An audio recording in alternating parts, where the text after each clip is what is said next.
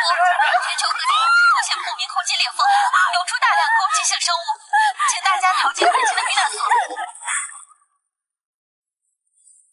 抗生素，一定要找到抗生素。找到了，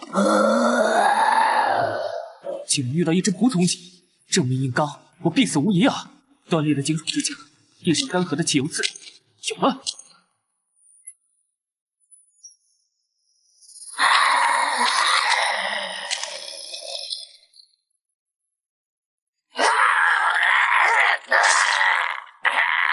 我去见阎王吧！那个东西毁了我的家园！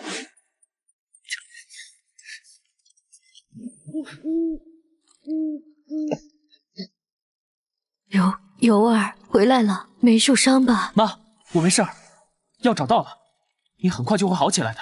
傻孩子，妈的身体妈自己知道，熬不过这次了。妈，你会好的，我们说好要一起等到家园恢复的那天。尤儿，听妈说，你爸爸他不是在大灾变初期就……不，他当时被征召进了最机密的部队，去了苍穹之塔，那是人类最后的堡垒，他可能还活着。苍穹之塔，爸爸他……这是你爸爸留下的，活下去。尤儿，去找你爸爸，好好活。妈，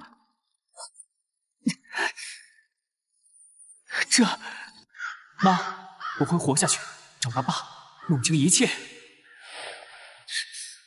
要想活下去，先找水源，然后是找到安全的过夜点。北风，湿气来自那边。运气不错。畜生，来呀！工作油箱垂落的地方，那组车里也许还有残电，引爆油渍，电缆见火星，连锁反应，这样就够用了。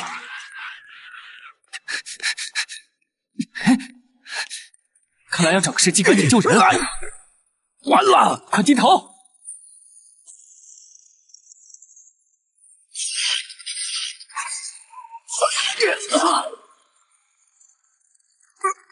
小子，你干的！能走吗？我们要赶紧走，爆炸会引来更多异种。谢了，不然我这把老骨头今天就交代了。我叫老雷，拾荒的，你呢？我江勇，你这身手不像普通拾荒者啊。灾变前练过几年，小子，你那些陷阱手法跟谁学的？我自己琢磨的，为了活命。有兴趣找个更安全的地方，系统学怎么对付那些怪物吗？哪里？曙光特训营就在西北方向，旧军事基地改建的，招募有潜力的年轻人，培养战士。我看你是个苗子。那里能接触到苍穹之塔的消息吗？哼，口气不小。苍穹之塔塔城是最高机密，不过特训营优秀者确实有机会被选送过去。怎么，你有认识的人在塔里？不，我不确定。共鸣，这感觉，这小子怎么会有当年队长的配饰？想去的话，明天天亮跟我走，这一带我熟。不过特训营可不是过家家，会死人的，你要想清楚。我已经没有什么好怕的了，你尽管带路吧。江油、信江，还有这共鸣，小子，你到底是巧合还是队长的？让我好好测试一下你吧。就这儿，小子，接下来靠你自己了。记住，少说话，多观察。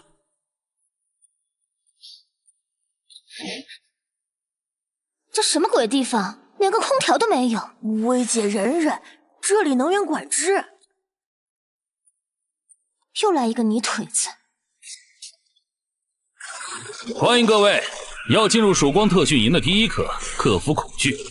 你们将和这只私教者共处一室，谁受不了就去按下角落的红色求救按钮，那也意味着淘汰。他出来了，快跑！阿牛在哪？救命！别过来！薇姐，躲我后面！私教者，对，会强包，习惯从高处飞进，明知附近有他残留的气味，会下意识绕开。通风管道口有风，说明通往外面。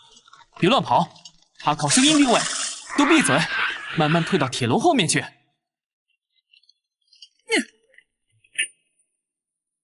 快，跟我来！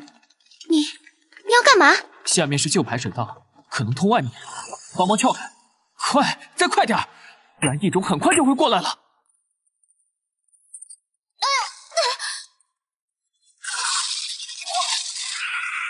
没事吧？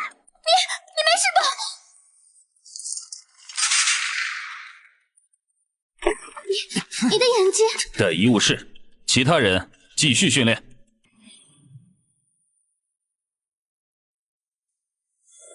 哟，醒了，再观察一下吧。你这个身体一点反应都没有，才是最危险的。什么情况？军医头上的是什么数字？278，5分钟，这是他还能活的时间。我的眼睛难道？军医，隔壁那个重伤昏迷的学员刚于5分钟前没了，是否需要上报？天哪，我的右眼竟然可以看到每个人的生命血条进度。恢复的不错，但右眼可能对强光敏感，注意防护。医生，他还能撑多久？情况不稳，可能今天下午。你的伤感染了，最多2天会恶化化脓。你胡说什么？军医都说没事。等等，切口边缘确实有异常红肿恶化。小子，你怎么看出来的？直觉。你说对了，他伤口深处有腐菌，再不处理就会溃烂，已安排手术。你怎么发现？我运气好呗。谢谢兄弟，差点栽了。没想到右眼还能救人，帮他延长寿命。穿越场地，抵达终点，被假人击中要害3次或触发陷阱，直接淘汰。开始。看来我的无人机还要再升级一下。来吧。我等下。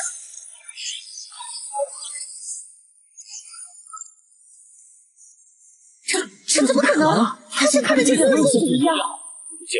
太精准了。快说，你到底是怎么做到的？当然是靠眼睛看了。怎么突然被通知来此见第2位专项教官？是谁呀？你的反应速度合格，战场直觉优秀，但花哨的躲避在真正受潮里撑不过3分钟。你是老雷？重新认识一下，特训营战术教官雷刚。雷教官，谢谢你指引我来这。是问好。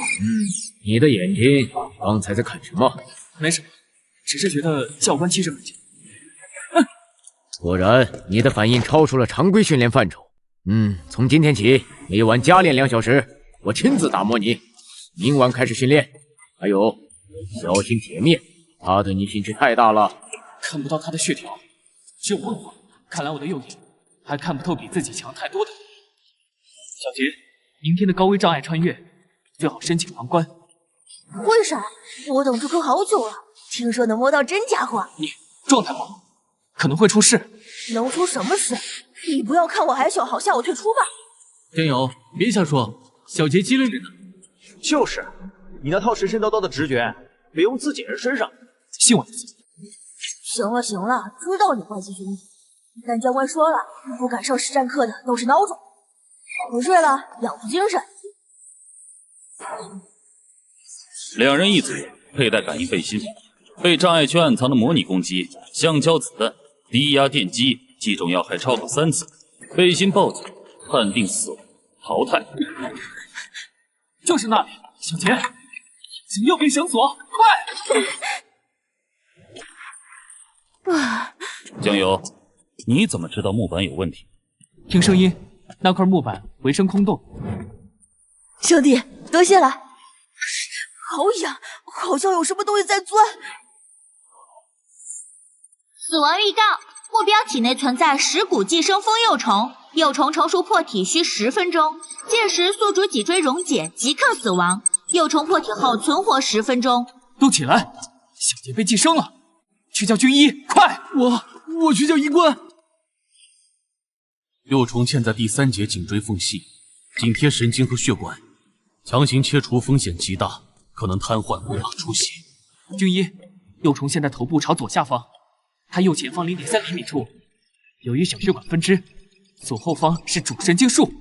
从他2点钟方向，贴着他甲壳边缘下刀，深度2毫米，可以避开主要血管和神经。你怎么看得这么清楚？还说得这么具体？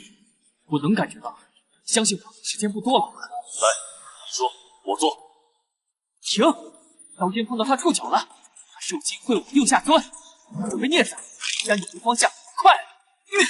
不可思议，你简直像有透视眼！他这条命是你从死神手里抢回来的。对不起，我昨天还嘴硬，没有你，我死定了。江悠悠哥，我这条命是你给的，以后我小杰这条命就是你的。别说傻话，好好养伤。预告：寄生体也有血条，这眼睛的能力还在进化。下一次，我蚀骨寄生蜂幼虫在特训营出现，是3年来第一次。他们需要活体宿主在密闭环境产卵。营区昨夜所有入口监控未发现异常侵入。你提前2天就知道小杰会出事，昨天你又精准的指引手术，连幼虫位置、血管、神经都一清二楚。你不该说点什么吗？我说了，是观察和直觉。这已经不是直觉的范畴。唯一合理的解释，你提前知道了情报，甚至你就是那个把虫卵带进来的人。不是我没有做的事，你别诬陷我。那就解释清楚，否则我有权将你作为潜在威胁移交内务部审讯。他血条怎么会有异常？但此刻无法深究，瞒不住。我确实看到了，用我右眼看到的。黄金幼童能看到他人生命倒计时和体内异常，听起来像天方夜谭。别紧张，加油同学，看我们2个，我们头顶有数字吗？研究员 B 的头顶显示，但您的走间后方有一小片区域，有独立波动的红色光点显示15分钟。那是什么？不清楚，但它刚刚动了一下，朝着您后颈方向移动了大约2毫米。被发现了，这眼睛真碍事，与风去死！好快啊！你的眼睛我要了，那就看你有没有这个本事了。外面的人看到没有？他才是间谍。糟糕，被射击了！跑吧跑吧，这里是我的猎场，看你还能跑哪儿去！赌一把，有了！还真是不好对付。抓到你了！不过管道竟然能躲，我们所要爱我的是爱。加油，快出来吧，你无处可逃了！什么？这边，跟我来，快！你怎么？闭嘴，先逃出去再说。我在医务室偷听到体面教官和内务部的通话，他们要对你进行深度检测，其实就是人体实验。果然，我就知道事情没这么简单。你们都得死！没路了，通风管道打不开啊，需要密码开启。该死，怎么办？江油！就是现在，看我的！贤侄大人不会放过。果然是被远程控制的寄生体。雷教官，你到底是？先离开这里，前面的人马上就到。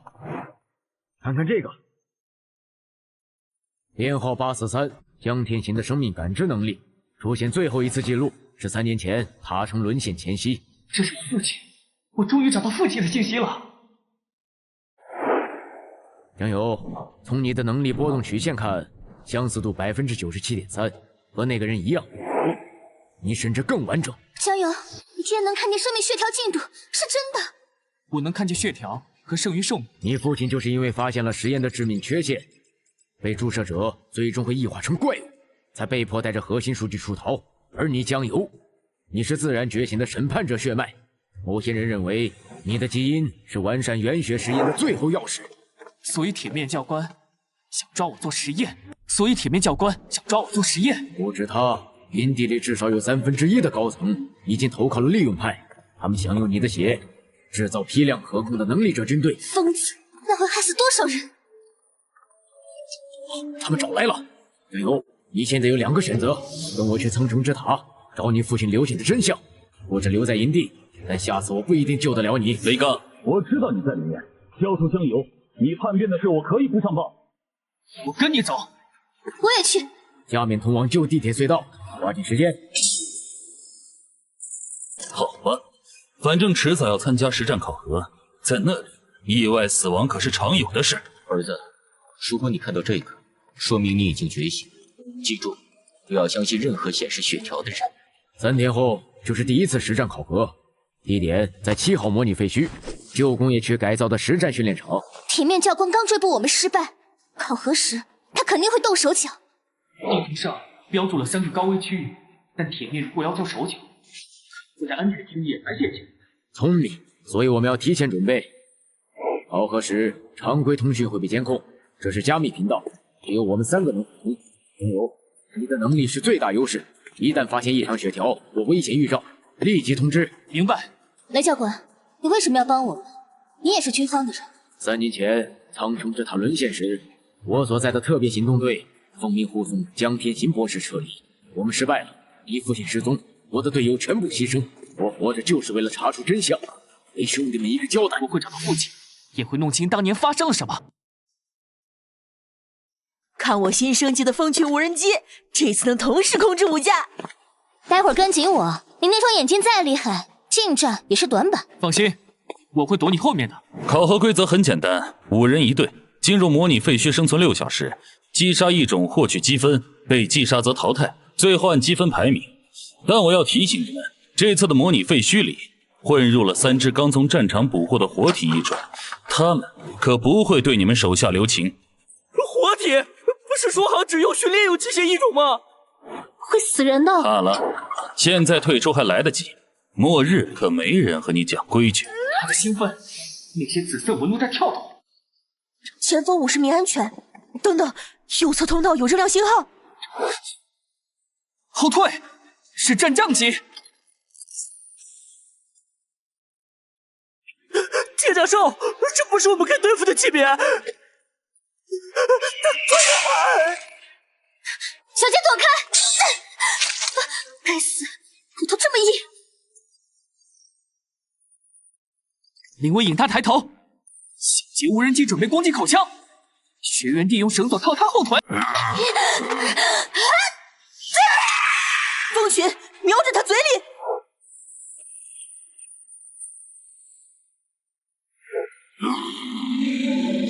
关节就是现在，林威，你快上！好，我看到了。不是训练营教。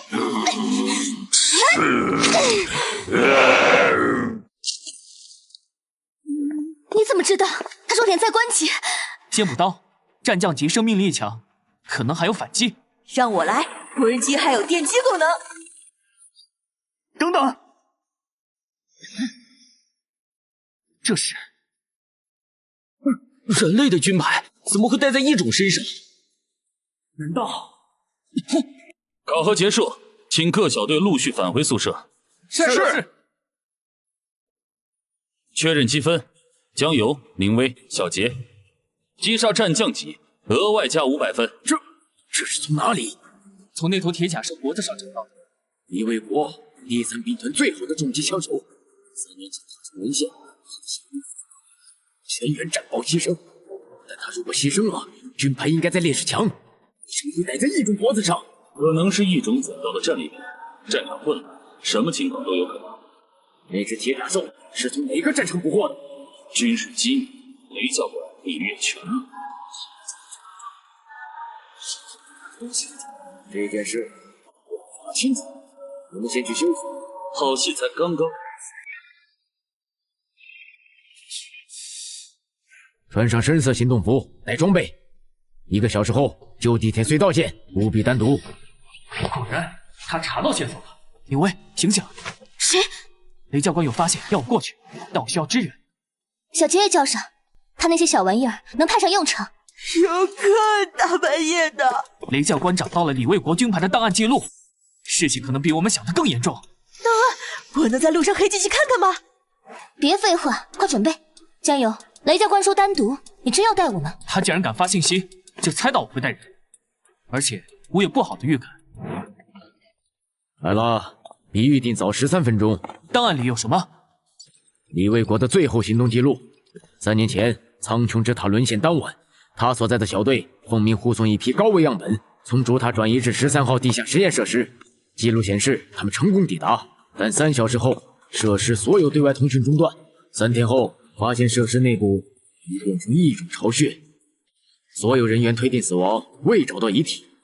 那军牌怎么会出现在3年后捕获的异种身上？这就是问题。捕获记录显示，那头铁甲兽是在13号设施废弃通风井被发现的，而且捕获时间是2周前。那意味着13号设施里还有活着的异种在活动，甚至可能还有别的东西。我要去13号设施看一眼，你们可以回去当不知道这件事。我跟你去。我也去。加我一个，我可以破解设施的门禁系统。跟上，保持静默，全程听我指挥。入口有监控探头、户外凯宾，还有2个暗哨。2点钟方向，墙根阴影，1个暗哨。11点方向，废弃水箱顶部，第2个机枪塔，在入口2侧和屋顶。啊，你怎么？我能看见生命痕迹，和你父亲一样，不，比他更精准。怎么进去？给我3分钟，我可以干扰监控信号30秒，但红外感应必须物理绕过。等等，屋顶那个机枪塔，血槽旁边有个检修中的灰色标记，它的感应范围有死角，从右侧坍塌墙缺口进去，贴墙走到水箱下方，那里是屋顶机枪塔盲区，然后我知道一条维修管道，直通设施下层，跟我来。这味道像是什么东西烂了好几年，有血腥味混在里面。那是第7批融合体稳定性提升至41，虽然意识丧失率仍高达93%，但至少证明了元血与活体组织是可以强制共生的。共生，这些玩意儿活不过72小时。上面要的是能投入战场的可控生物兵器，不是这些抽搐的肉块。你懂什么？3年前，江天行销毁了所有成熟样本，我们是从0开始，能有这进展已经。别跟我提江天行那个叛徒，要不是他，我们早该有异种军团了。说起来，2周前逃出去那只铁甲兽融合体处理干净了吗？被特训营那帮人捕获了，不过放心，已经安排成实战考核意外，铁面会处理好。那只融合体脖子上还挂着实验体的身份牌，万一被认出来，认出来又怎样？谁会相信异种曾经是人类？再说，知道真相的人，要么死了，要么在我们这边。军官也是被控制的，和铁面一样。他们把人类改造成异种，太过分了！3年前，我就是在这扇门前最后一次见到江博士。我能进去吗？门锁死了，需要权限卡。给我1分钟，这种老式电子锁好破解。必须检查完毕，一切正常。左边2人，右边3人，20秒后会在我们这里交汇。在应酬吗？完了，找地方躲。这边，快！刚才好像有声音。老鼠们，这地方老鼠比人多。开了，江游，你和雷教官进去，我和林薇给你们守着出口。这个录音机竟然还有电。记录时间：在编第3年7月16日，我是军号843苍穹之塔首席研究员江天行。所有听到这段录音的人，请务必销毁所有原血样本。我们错了，原血不是进化的钥匙，是潘多拉魔盒。它在改造肉体的同时，会吞噬宿主意识，最终将人变成直至杀戮的怪物。实验数据证明，所有注射者都会在3个月内彻底异化。这里的声音是父亲。是我父亲的声音。原来如此，原来那些失踪的战友。我已将所有成熟样本封存在塔城地下7层保险库，密码是我妻子婉清的生日。但如果有人听到这段录音，说明我的销毁计划已经失败，请务必找到我的儿子江游。只有自然觉醒生产者血脉，才能。他们闯进来了，听着，如果我遭遇不测，江游，我的儿子，玉父会引导你，不要相信任何显示3个问号血条的人，他们已经被。爸，你还活着吗？江游，你放心，无论如何，我也要找到江博士的下落。雷刚，江游，我知道你们在里面，放下武器投降，这是最后警告。完了，我们被出卖了。不是我们找到真相了。先别急，给你们看个东西。不可能，人不是父亲，父亲不会。看清楚，这就是3年前塔城沦陷的真相。你父亲江天行亲手释放了第1只君王级深渊吞噬者，导致17万军民惨死。假的，那段录像被剪辑过。江博士当时的任务是销毁样本，不是释放。雷刚，你已经被叛徒之子蛊惑了，现在放下武器投降。念在你过去的功绩，我可以申请从轻处理。外面有17处星宿，不自然断层是合成的，他在用谎言刺激我。铁面教官，你说我父亲是叛徒，那你为什么不敢亲自来对质？是怕我看到你头上的血条吗？什么血条？你头顶那团不断波动的紫色雾气，还有那些未知数字边缘的寄生触须纹路，需要我描述的更详细吗？真没想到酱油他能看见，和报告中描述的一样。教官，成功吗？释放麻醉气体，我要活的酱油。但雷刚教官也在里面，必要时可以击毙。雷刚涉嫌叛变，格杀勿论。麻醉气体是不一定会逼，不能待下去了。气体30秒后会达到昏迷阈值。下面全是人，条床是活靶子。书架后面有轻微空气流动。我是连这个都准备了。密码错误，还剩2次机会。试试塔上沦陷日期，或者身份验证通过，江天行血脉确认。走。铁面有问题，他以前虽然严厉，绝不会对队友下格杀令。铁面教官被寄生了，我的眼睛能看到，他血条被一种紫色能量缠绕，那能量有自己的意识在控制他。和13号设施里那些融合体一样，更高级。铁面看起来还保有自我意识，但关键决策会被干扰扭曲。发现目标，开火！什么？左边那个，看上面！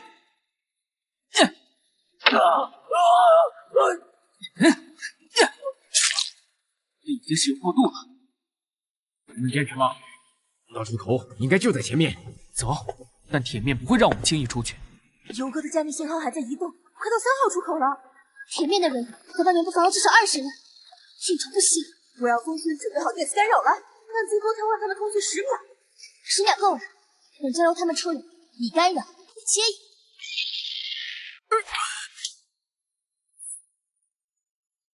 精彩，居然能找到江天行预留的逃生通道。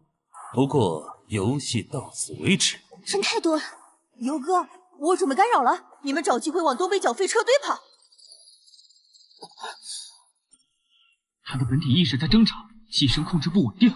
教官，你还记得3年前在塔城废墟，你抱着阵亡战友的遗体发誓，要替他看到人类重建家园的那天吗？小哲，我答应过他。闭嘴！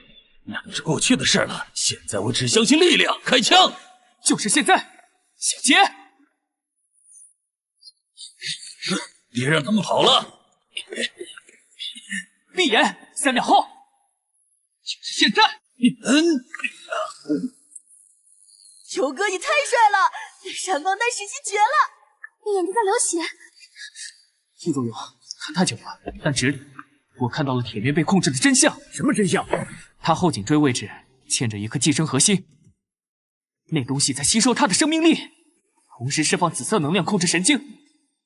核心有自己的血条，剩余42，能取出来吗？除非他自愿或者杀了他。酱油，你逃不掉的，把眼镜交出来，我可以让你死得痛快。只剩1个弹夹了，准备进站突围。不，我要揭露他，让所有人都看到真相。终于不跑了吗？铁面教官，你后颈第3节脊椎位置，是不是3年前在塔城沦陷战中被虚空地狱者触须刺伤过？伤口一直没愈合，反而越来越痒，每到深夜就能听到有人在脑子里说话，对吧？你怎么知道？因为他就在你的身体里，那不是伤，是寄生。他在吃你的命，用你的身体做容器。教官，他说的是真的吗？闭嘴！都闭嘴！我没有被控制，我是自愿的，为了力量，为了活下去。滚出去！从我的脑子里滚出去啊！那是什么东西？什么东西？杀了我！他在逼我伤害你们，我撑不住了。教官，告诉我，是谁把你变成这样的？先知，他在塔城沦陷后出现，说能给我力量保护剩下的人，但我不知道代价是这个。不过现在无所谓了，因为苍穹之路已经沦陷了。先知大人亲自带队，3天前就攻破了最后防线，你们人类堡垒完了。什么？塔城沦陷？不可能！我们昨天还收到常规通讯，那是录音，傻瓜。塔城现在已经是新人类的乐园了，所有反抗者都成了实验材料，包括你们心心念念的江天行博士。你胡说！酱油，快跑，去找13号设施最深处的真相之间，那里有你父亲留下的。快走！眼睛！江友，听我的，我们必须立刻离开这里。去真相之间，那里可能会有阻断这种联系的方法。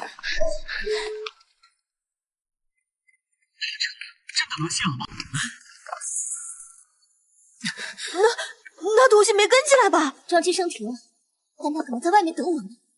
这里就是真相之间，附近最后停留的地方。说看到此信息，说明原型寄生体已突破，所有相关研究数据被物理销毁，唯一备份对于苍穹之塔主控核心立马晚清尤儿的生日组合，不要试图挽救因为深度寄生者，他们的生命已与寄生体绑定，杀死寄生体，宿主一死。唯一备份在塔城。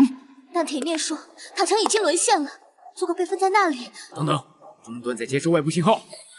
这是苍穹之塔的军援紧急频道，信号很弱，断续严重。这里是苍穹之塔临时指挥官秦雪，塔城遭遇巨蟒子异种集群，围攻防线已崩溃至第3区，请求所有收到信号的友军单位紧急支援。秦雪指挥官，你还活着？雷高，是雷高的声音吗？你们在哪里？塔城需要支援！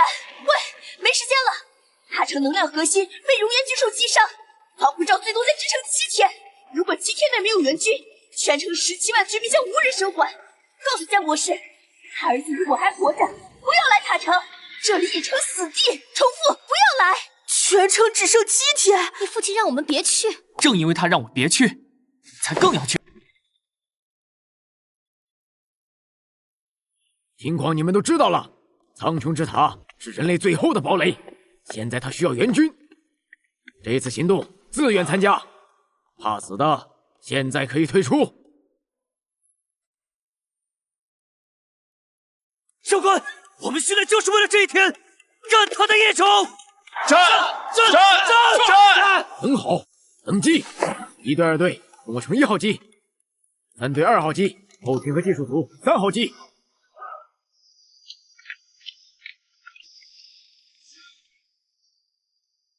江友，你以特殊战术顾问身份破格加入，这是你父亲的旧臂章，苍穹之塔首席科研护卫队。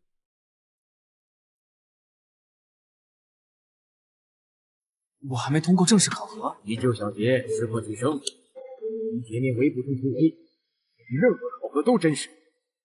现在我需要你的眼睛。我也去。还有我的无人技能震传能干扰，肯定有用。跟上，但记住，在塔城活着比杀敌更重要。细胞环境3公里，2只虎1狐，生命值不高。正前方5公里有小型异种群，应该能绕开。机长建议航向偏东7度，爬升200米。前方5公里有异种群，密度较高。雷达没显示啊。其他的行哦。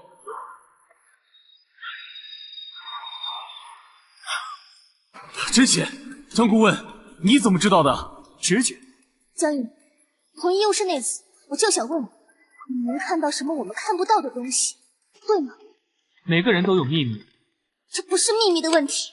在塔城，我们需要完全信任彼此。告诉我，你是不是还有什么技能，像游戏里那样？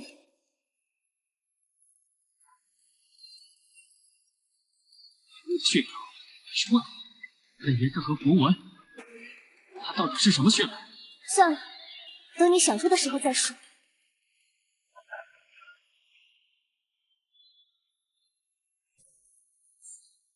雷教官，你为什么也是问号？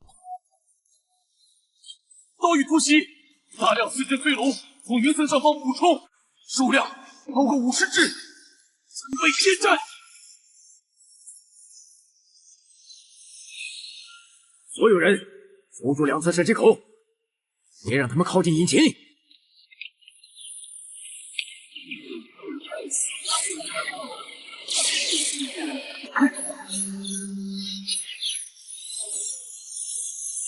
你是把根部防御最弱。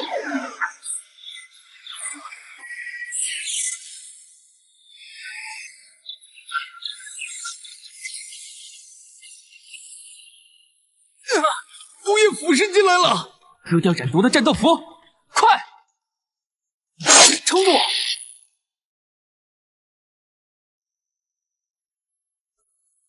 左侧引擎被击伤，动力下降30%，我们正在坠落。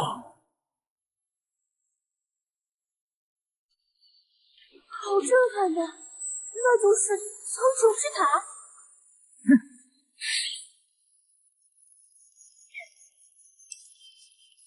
糟了！什么糟了？全程平均剩余生命只有7天，防护罩正在瓦解，能量核心快撑不住了。能看到塔城的生命状态。不只是塔城，城墙上有3处缺口正在被突破，守军血条在集体下降，西南角有大量异种在聚集，准备下一波冲锋。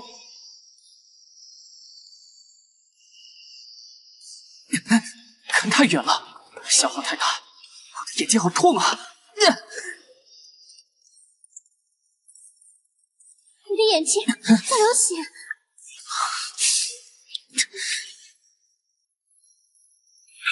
平衡，准备紧急迫降，抓稳。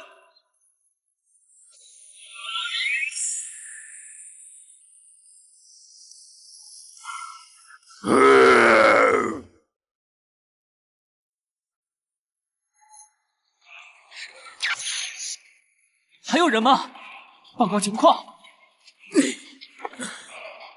1号机幸存9人，2号机和3号机失联了。我们损失了4人，伤员3名，包括机长。方向800米，有17只爬行异类正在靠近。西南方向有大量生命信号，是人类守军，距离1.5公里。放敌机舱内重型装备，自带新武器和急救包。西南突围，与守军会合。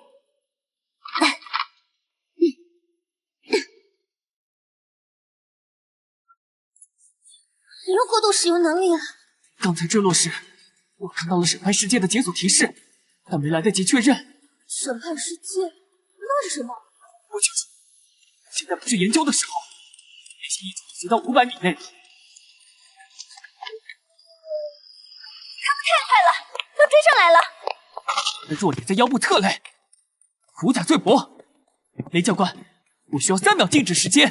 所有人转身，激活3秒。就是现在，林威，左儿那只腰部右肋。收到，小杰。右前方废弃2楼窗口，无人机投掷震撼弹，他们听觉敏锐。明白。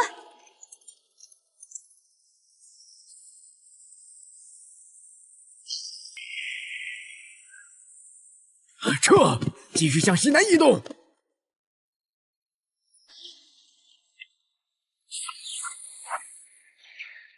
新来的，哪个部队的？曙光特训营战术教官雷刚奉命支援。是雷刚，你还活着？我是苍穹之塔临时指挥官秦雪，现在没时间叙旧，守住这个缺口。异种10分钟后会发动下一波冲锋。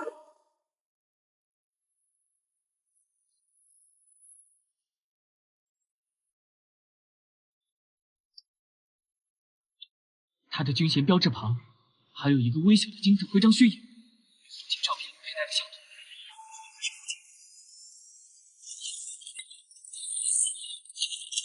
教授，我们的穿甲弹昨天就打光了，用燃烧瓶和爆破物攻击关节，拖延时间，等主炮塔重新装填。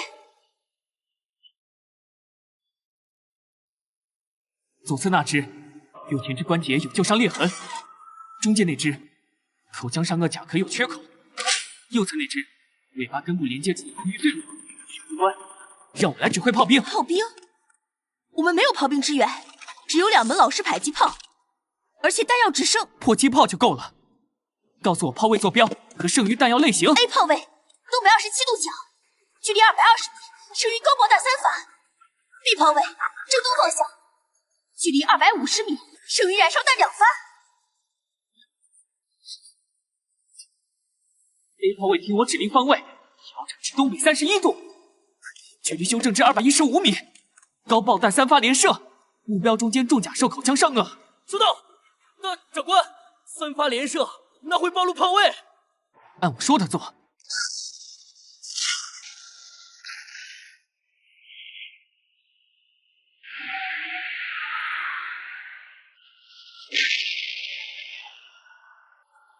一发射入土枪，你是怎么？B 炮位，燃烧弹2发，方位正东偏南5度，距离235米。前置关节。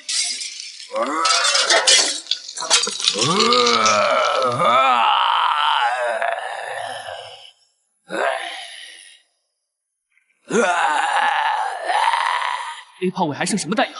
只剩1把烟雾弹。够了，东北方位28度，距离205米，烟雾弹发射，目标重甲兽正前方5米。所有重火力，瞄准它尾巴根部，起火。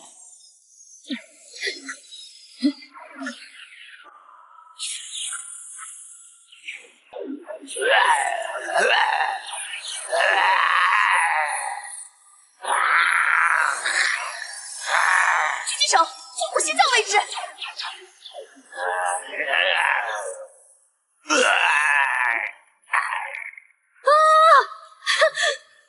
牛逼啊！3头重甲兽就这么干掉了。那小子是谁啊？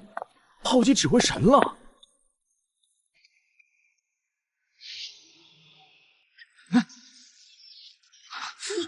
你刚才计算弹道时，眼睛里的金色光芒，你姓什么？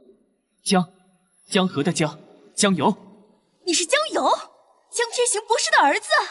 秦指挥官，你认识江油？像，太像了，尤其是眼睛的形状，和江博士年轻时一模一样。你母亲呢？李婉清女士她母亲不久前病逝了。果然，江博士离开前最担心的就是你们母子。江油，你父亲江天行是我在苍穹之塔的导师，也是我最尊敬的人。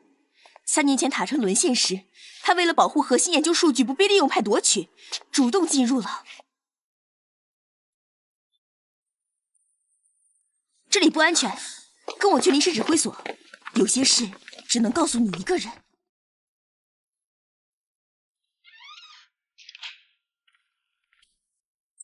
现在可以说了，江油，你父亲江天行3年前塔城沦陷当晚，带着所有原血研究数据的原始备份，主动进入了虚空裂缝。虚空裂缝，那是什么？连接我们世界与虚空界的不稳定通道。3年前大灾变，就是全球同时出现了数以千计的虚空裂缝，一种从里面涌出，但有一条最大的裂缝一直隐藏在苍穹之塔地下深处，那是江博士的研究对象。你看，这是3年前的监控片段。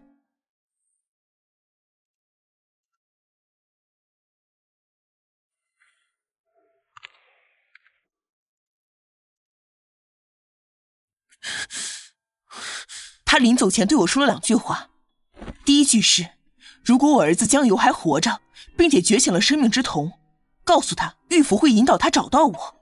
第二句是，但如果江油的血瞳能看到全程生命倒计时，那就意味着君王级一种熔岩巨兽已经锁定了塔城的生命能量核心，到时候让他不要来救我，先救塔城。熔岩巨兽，刚才是不是他攻击了塔城核心？就在你们坠机前几分钟，那一击消耗了防护罩40%的能量储备，也让能量核心出现裂痕。现在全城的生命维持系统最多还能支撑3天。我看到的也是3天。你能看到全程倒计时？那你能看到熔岩巨兽的弱点吗？我看到它的血条很长，但有一个位置，生命能量流动有异常，在它胸口正中央，偏左15厘米的地方，有一个拳头大小的区域，生命信号比其他地方弱20%。胸口左偏，那是3年前江博士用虚空抑制器重创他的位置。虽然当时没杀死他，但留下了永久性创伤。江博士进入裂缝前，把抑制器设计图和唯一成品留给了我，但成品在3年前那场战斗中损毁了。如果要再制造一个，需要塔城核心实验室的设备，而那里现在已经被熔岩巨兽的吐息彻底熔毁，设备、材料、备份数据全没了。秦指挥官，紧急执勤！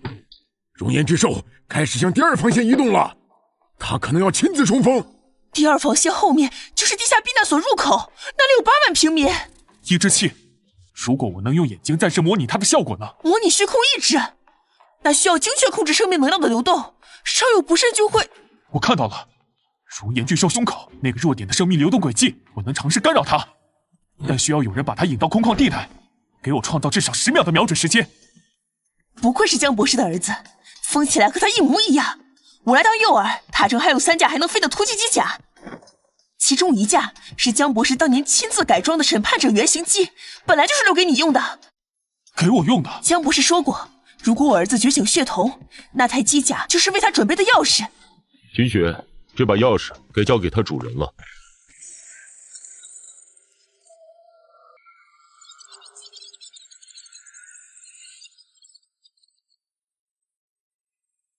全系统上线，武器模块高周波切割刃双臂，肩部脉冲炮剩余能量78，胸口预服能量核心输出稳定，机甲性评级 S， 驾驶员生命体征稳定，但右眼神经负荷已达警戒阈值。这就是父亲留给我的审判者。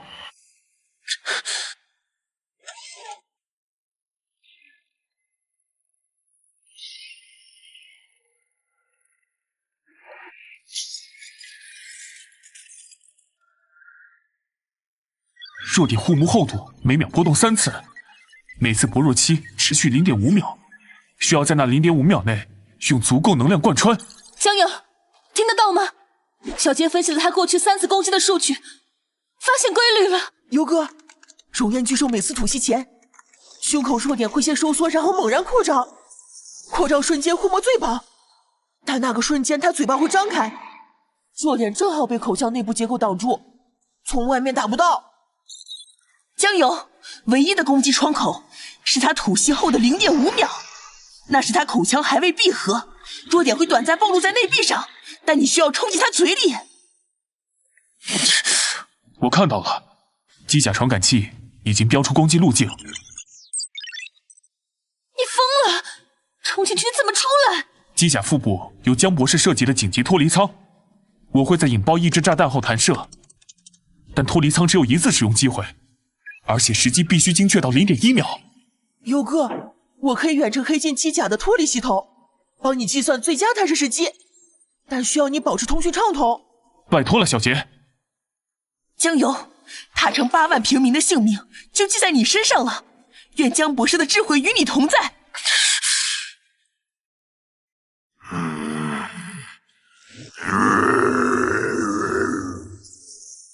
检测到光能反应，目标即将进行熔岩吐息，倒计时3、2，就是现在！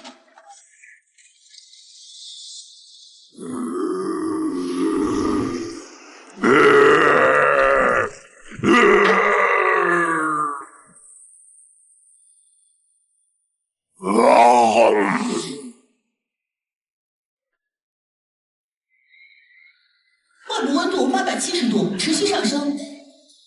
装甲耐热极限1200度，一级坚持时间45秒。冲过去！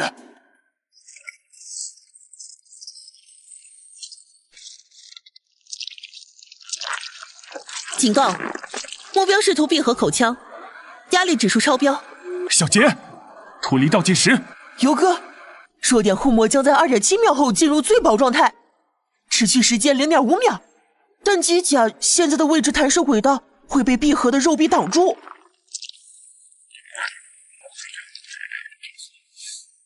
那就换条路往上走。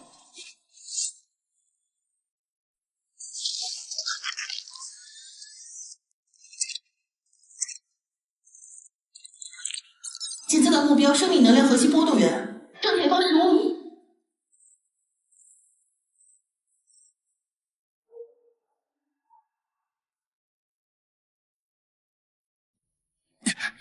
我弱期倒计时1.2秒，0.8秒，就是现在！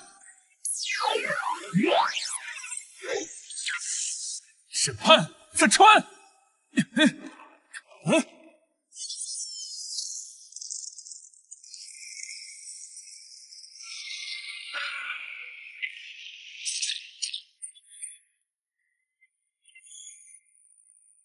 目标生命体征断崖式下跌，警告：宿主死亡反应引发生物组织崩溃，建议立即脱离。游哥，弹射窗口现在向上45度角，弹射！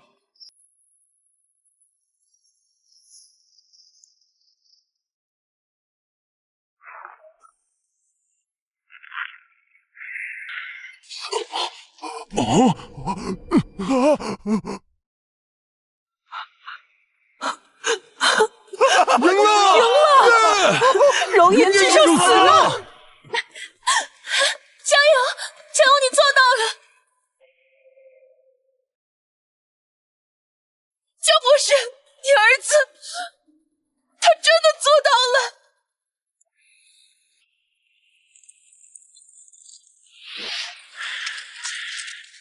耶！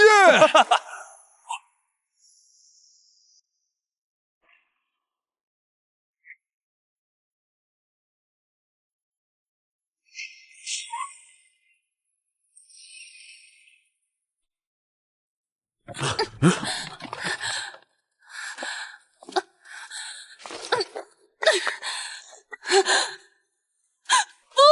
江友，江友，你回答我，江友。有生命信号，但很微弱，在下面至少5米深。所有人挖，快挖！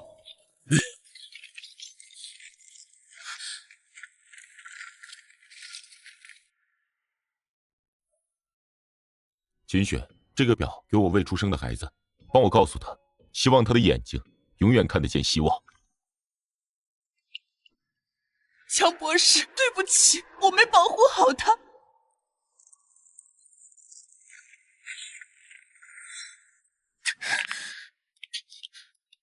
我在这儿。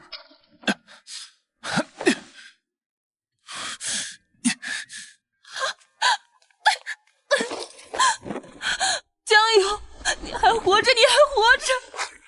齐家托里藏的缓冲系统救了我一命。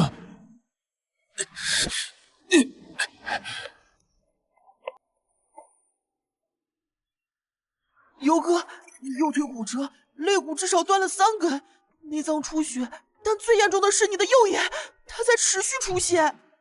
我的眼睛在巨兽体内时，看到了不一样的东西，我不用睁眼也能看到。因为你现在心跳每分钟132次，血压偏高，小节左手无名指有轻微扭伤，雷教官后腰旧伤在发炎，秦指挥官右肩伤口感染指数上升到17。你怎么知道我的？秦指挥官，你的伤需要立刻处理，感染再扩散，3天内会引发败血症。你闭着眼也能看见伤势？不是看见，是感知。所有活着的生命，在我感知里都像一团团不同强度的光，健康的是暖白色，受伤的是暗红色，濒死的是灰黑色，而我现在能感知的范围，大约是半径500米。地下避难所里83741个生命信号，其中重伤员2103人，急需医疗的5400人，还有37个信号正在变暗，他们撑不过今晚了。秦指挥官，请立刻组织医疗队，按我指示的坐标去救人。我能看到谁最需要优先救治。另外，巨兽尸体内部有我父亲设计的虚空抑制器原型碎片，把它挖出来，我们可能需要它来对付下一个君王级。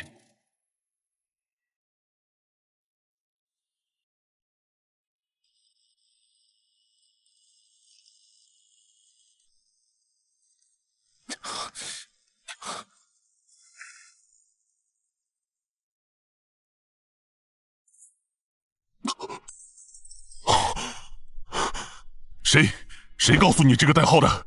我在感知状态里看到的。地下300米，32个被寄生能量缠绕的生命信号，还有我父亲的个人标识。0号实验室是塔城最高机密，只有江天行博士和秦指挥官有权限。3年前实验室因事故封锁，但如果你感知到了生命信号，意味着里面的人还活着，或者活着的东西。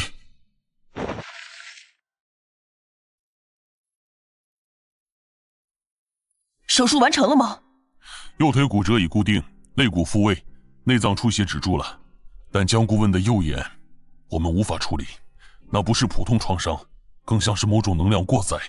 辛苦了，你们先出去，我和江友有话说。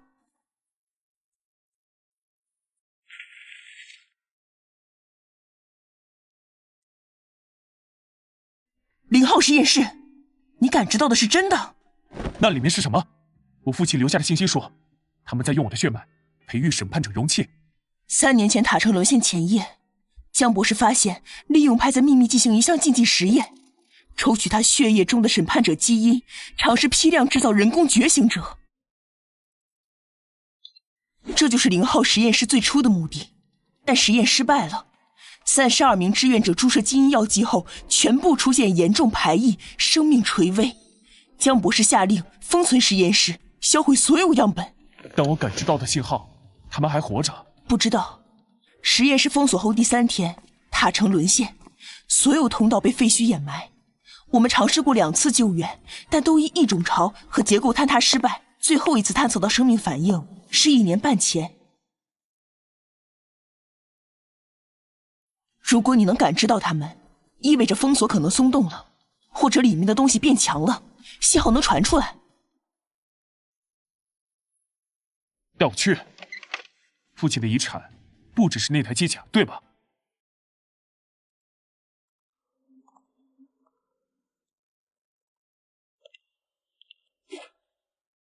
指挥官，前方50米就是0号实验室的外围封锁门，但传感器显示门内有能量波动。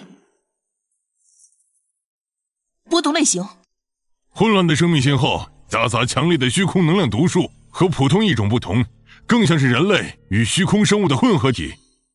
我看到了，门后有东西在蠕动。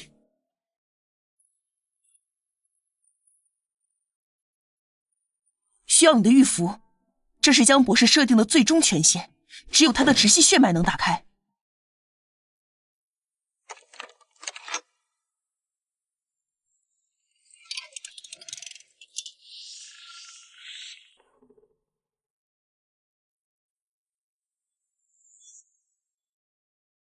如果看到这段记录，说明我的血脉后裔已经抵达。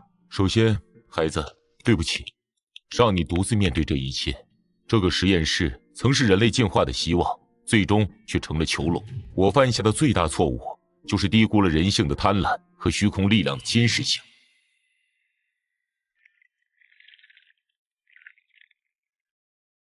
他们曾是志愿者，相信能为人类开辟新道路。但审判者血脉与虚空能量的强制融合，只会诞生怪物。我无法拯救他们，只能将他们封存，等待真正的审判者出现，给予他们安息。但这段记录的主要目的是告诉你真相：你觉醒的生命之瞳并非偶然，它源自远古文明审判者，一个曾守护多元宇宙生命平衡的种族。他们的血脉散落各个世界，只有在文明面临存亡危机时才会觉醒。审判者的使命是维护生命不可剥夺的法则，但我们的世界虚空裂缝撕开了这道法则，异种掠夺生命，人类也在滥用生命。孩子，你需要找到失落的生命法典碎片，那是审判者文明的遗产。5块碎片集齐，你才能真正掌控血脉之力，修复这个世界的生命法则。第1块碎片，我留在了塔城核心保险柜。密码是你母亲的生日，但小心，保险柜有3次试错机会，第3次错误会触发自毁。另外，实验室深处封存着我研发的虚空抑制器原型，它们可以暂时压制异种的再生能力。带上它，你会需要的。儿子，无论你是否原谅我这个失职的父亲，请记住，你的眼睛不是为了凝视死亡而生的，而是为了守护生命而亮的。活下去，然后审判该审判的。爸爸，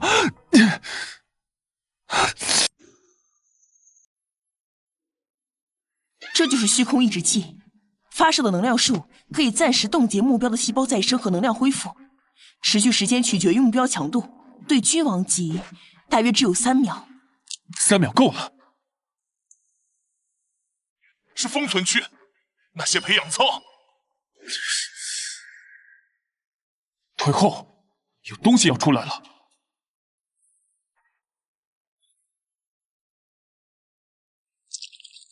实验室的封存系统被从内部破坏了。那32个生命信号正在融合，他们把自己连接在一起，变成了一个混合体。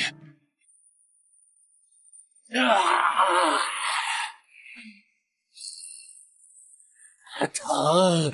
杀！审判这个血脉！他们已经死了，是碎片的力量和虚空能量的冲突，把他们的尸体强行粘合在一起。碎片在试图净化，但虚空能量太强。掩护加油后撤！这东西不稳定，可能会自爆。不，他们在求救。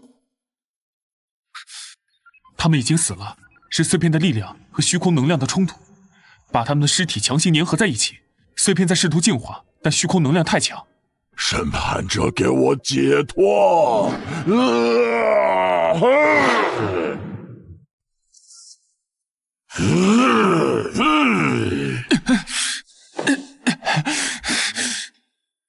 请指挥官，碎片周围3厘米区域虚空能量浓度比其他地方低40%，那是它的弱点。但碎片嵌在肉体里，打碎片就没了。不，我要用抑制器暂时冻结那片区域的能量流动，然后亲手把碎片取出来。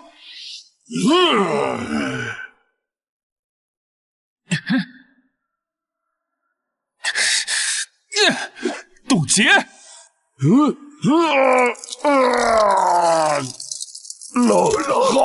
冷！给我制造3秒时间，我要靠近他胸口。掩护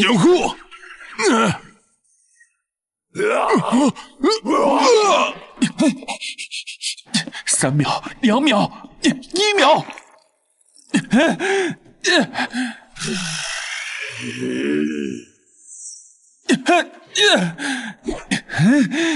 还给你们安息！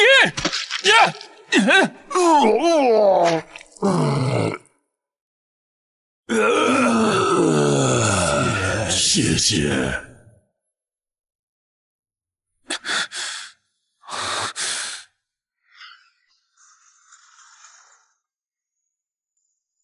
友哥，这碎片的能量波形和玉符完全同源，它内部有海量的数据流动，但加密等级太高了，我破解不了。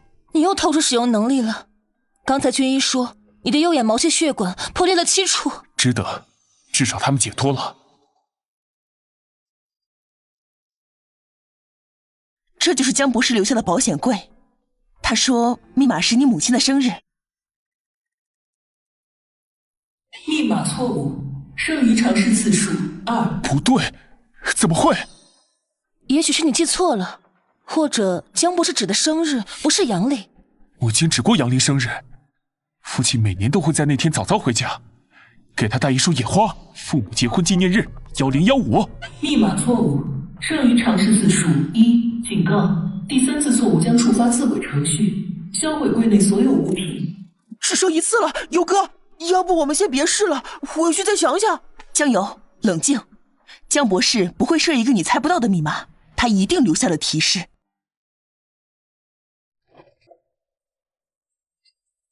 父亲，你究竟想告诉我什么？血统能看见生命痕迹，那能不能看见最近3个月内有7次按压记录，但其中6次都是随机的错误尝试，应该是利用派的人试图破解。而最早的那次记录是3年前留下的，这不是静态密码，是动态密码，按压时长变化对应摩斯密码的点和滑。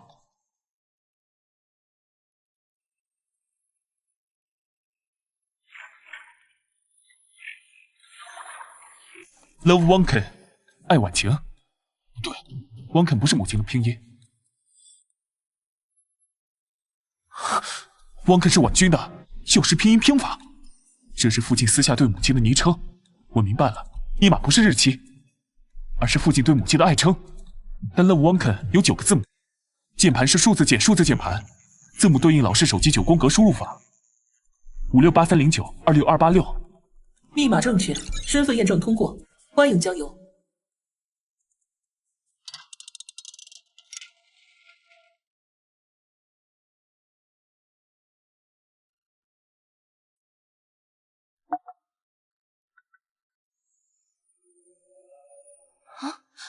生命法典碎片1共5，核心律例：生命不可掠夺，只可交换。审判者全能解锁，生命转移初级。描述：审判者有权将自身生命能量自愿转移给其他生命体，以维持其存在。转移比例：审判者1天寿命，可为目标续命1小时。警告：此权能不可逆转，所耗寿命无法通过任何方式恢复，滥用者将失去审判者资格。生命不可掠夺，只可交换。等等，这意思是你可以用自己的命去救别人，而且1天只能换1小时，这太不公平了。但这就是审判者的意义，不是随便剥夺，而是在必要时用自己的生命去衡量、去交换。请指挥官，前线送来重伤员，失血过多，伤口告急，最多还能撑10分钟。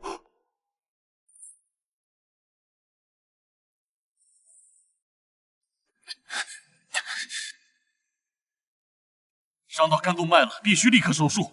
但他失血超过40%，现在手术等于送死，需要先输血稳定。可是血库 O 型血刚刚用完了，从其他分区调血至少需要半小时。江友，不要！你刚受了重伤，而且这能力你第一次用，万一……父亲说，审判者的眼睛是为了守护生命而亮的。是否启动生命转移？转移目标编号 TX3345士兵，所需转移量8分钟。确认。血压回升了，可以手术了，快做手术室。你感觉怎么样？少了点东西，但不后悔。审判者江游初次行使生命转移权能，当前生命余额1023天，请谨记，每一次交换都是你对生命价值的衡量。儿子，如果你看到这段影像，说明你已经激活了第1块碎片，并理解了生命交换的意义。但接下来我要说的，你必须牢记：审判者的生命转移能力，本质是将自己的生命本源分割出去。每一次分割都会永久削弱你的生命潜力，初期可能只是虚弱，但随着使用次数增加，你会加速衰老、器官衰减，最终在达到某个临界点后，生命值归零的速度会指数级加快。我的研究推测，审判者血脉的安全转移阈值大约是自身总寿命的30%。以你现在的1024天计算，一旦转移超过307天，剩余的寿命将会在极短时间内燃烧殆尽。这不是警告，这是规律。但父亲给你留下了保险，林薇那孩子，你应该已经遇到了。他的家族是远古守护者血脉的后裔，他们的体质特殊，生命力是常人的10倍以上，并且可以与审判者血脉产生生命共鸣。如果你真的到了危机时刻，林薇的血脉可以暂时为你补充生命值，但切记，这不是无限索取，每次补充都会对他的身体造成永久性负担，除非万不得已，不要将他卷入这个循环。尤儿，父亲不是一个合格的父亲，但我希望你成为一个合格的审判者。审判不是杀戮，是衡量；守护不是牺牲，是平衡。保重。优哥，你已经用了1天生命值了。你用了？什么时候？昨晚救了一个士兵。江游，从今天起，除非我的书面批准，禁止你使用生命转移能力，这是命令。第37个了，今天才过去半天，怎么办？我一点也帮不上。快，前线侦察队遇袭，他们都被虚空蠕虫寄生了，需要立刻手术。蠕虫已经钻进脊椎了，手术成功率不到10%，而且我们没有足够的抗寄生血清。杀了我，好疼啊！25岁、31岁、19岁，平均寿命不到半小时，而我还有1022天。总计需转移1.2天。警告：连续转移将产生叠加消耗，实际消耗约为1.5天。确认。太好了，这是奇迹！3个伤员的抽搐同时停止，生命体征趋于稳定。看来我的寿命只剩1020.5天了。你又用了，是不是？3天，这才3天，你用了2次，江幽，你当你的命是无限的吗？我算过了，救了这3人，我消耗了1.5天，但他们每人能多活至少30年，1.5天换90年，这笔交易很划算。划算？谁允许你用自己做交易的？你父亲说的你没听见吗？超过307天，你会死得很快。林薇，如果躺在里面的是你，我也会做同样的选择。我的眼睛能看到每个人的剩余时间，看到那些数字一点点归零，而我明明有能力改变，我做不到袖手旁观。所以你就打算一个人扛着，等到哪天突然倒下，让我们看着你死。你咳血了。每次转移后会有短暂的反噬，但会恢复的。江幽，你给我听好了，我不管你是审判者还是什么者，在我眼里，你就是一个固执的不要命的傻子。如果你再敢不经我同意就消耗自己的生命，我就用我的命把你的命换回来，你听懂了吗？林薇，生命总量约11000天，隐藏天赋生命共鸣未觉醒。你的生命值有11000天。什么？我看到了你的血条信息，守护者血脉，生命力是常人10倍，你可以活到100多岁。我家族确实有长寿的传统，但我不知道是血脉的原因，所以江博士说的守护者后裔是真的。你体内有生命共鸣天赋，可以和我共享生命值，上限是2200天。所以你的打算是用你那点可怜的1000多天，去救每一个你能救的人，直到把自己耗干。然后呢，等我发现你死了，再哭哭啼啼的后悔，没早点用我的命救你的。我不会用你的命。闭嘴，江幽，你给我记住，从今天起，你的命有1半是我的。你要救人可以，但每消耗1天，就必须从我的份额里拿走10天。这不合理。我不是在征求你同意，我是在通知你。还有，刚才你咳血的事，如果被我发现有第2次，我就把你绑在床上，直到你想通为止。1200天，这能救多少人啊？还要再想那个生物舱。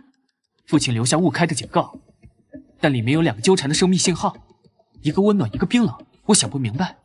游哥，要不我做个微型探测器，从缝隙钻进去看看？不行，江博士的警告必须尊重。我已经下令封锁那片区域，没有我的直接命令，任何人不得靠近。熔岩巨兽的倒下，证明人类没有屈服，塔城还在，希望还在。我代表全体军民，敬我们的英雄江游。啊？负数？怎么可能？生命值怎么可能是负数？赵建国被食之蠕虫寄生，已透支未来30天寿命，接触传播已感染3人。指挥官被寄生了一种叫食之蠕虫的东西，正在透支他的未来寿命，而且已经传染了3个人。确定？我的眼睛看到他的生命值是负30天，他身边那3个人也是负数。庆典结束后，立刻到我办公室。这件事不能声张。指挥官3天前视察过西区废墟的清理工作，那里是熔岩巨兽最后倒下的区域。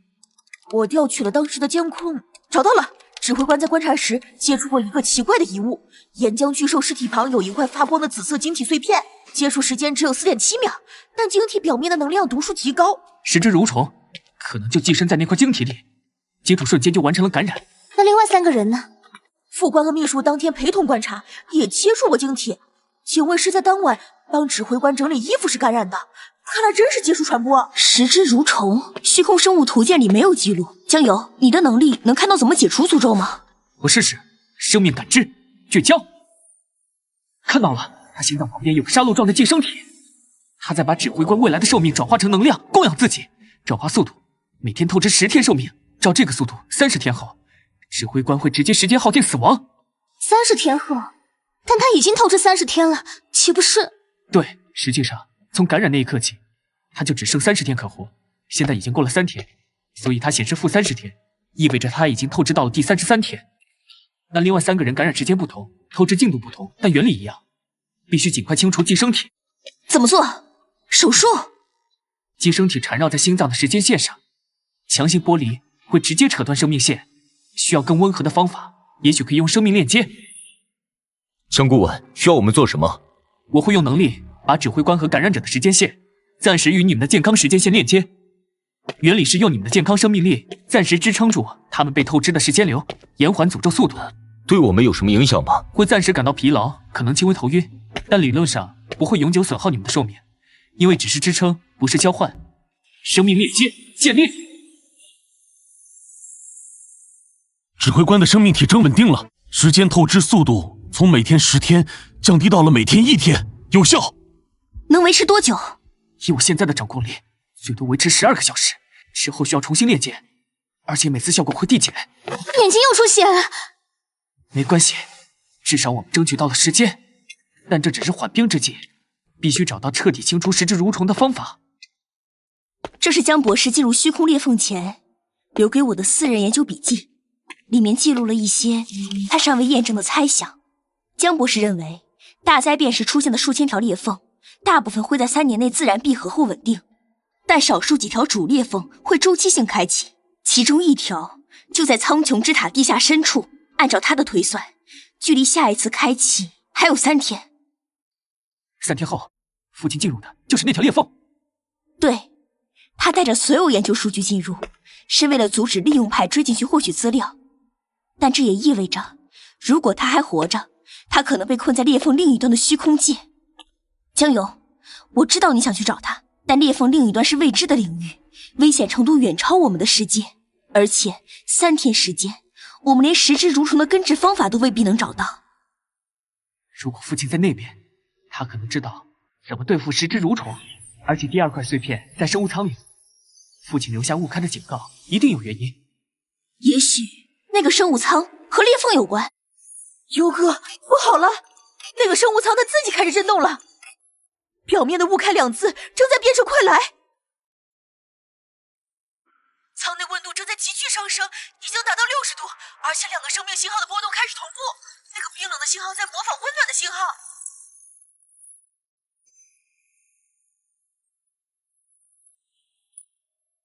不好，他们在融合。那个冰冷信号是食之蠕虫的母体，它被困在这里，现在想借助另一个生命体脱困。后退，准备战斗。江友，你终于来了，不过已经太迟了。这个声音，3年前父亲留下的录音里，最后那句儿子别来的声音一模一样。你父亲江天行还活着，但已成囚徒，而你们的世界只剩下最后3天了。封闭整个区域，启动3级隔离协议。3天后裂缝开启时，我们会再见的，审判。那个声音是你父亲吗？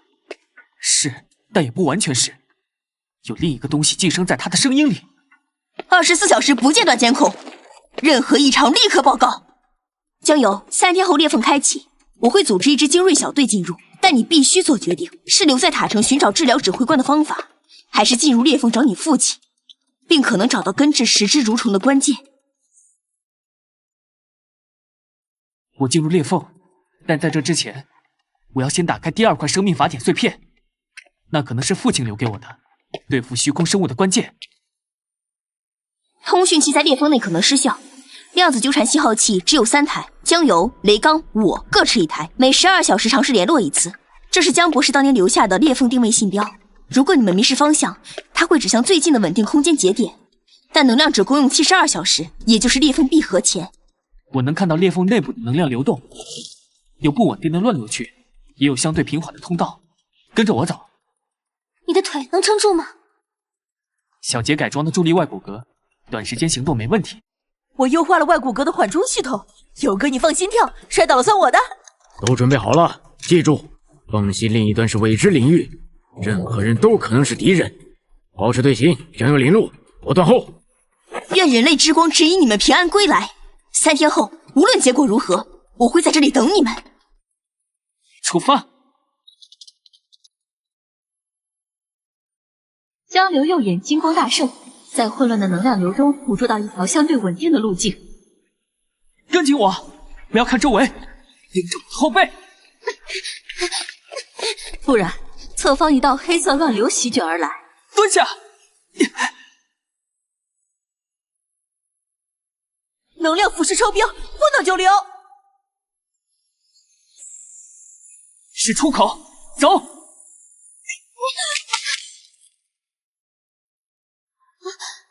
这地方重力是混乱的，空气成分、太阳比例和地球接近。但有微量未知气体辐射水平正常。等等，我的探测仪显示，那些浮空岛屿内部有高能量反应。先找掩体，我们太显眼了。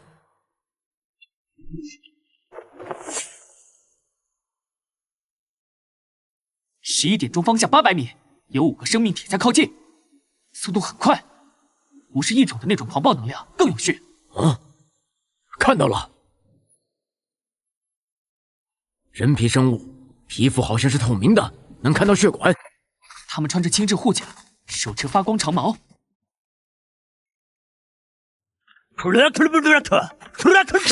语言解析中，初步判定为高频振动语言，夹杂能量波动，尝试翻译，检测到入侵者。放下武器，接受审查。我们没有恶意，我们来寻找一个人，江天行，人类科学家。亵渎者的同党，拿下！好快！咬过我！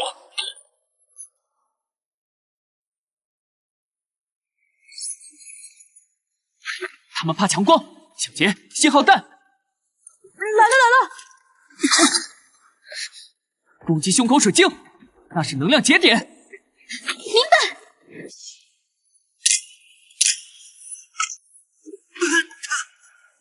该死的光！现在，我不是敌人，寻找江天行是为救人。你能直接沟通生命频率？你是谁？江天行的儿子，他在哪里？江天行因盗取生命之泉圣水，被判处永久囚禁。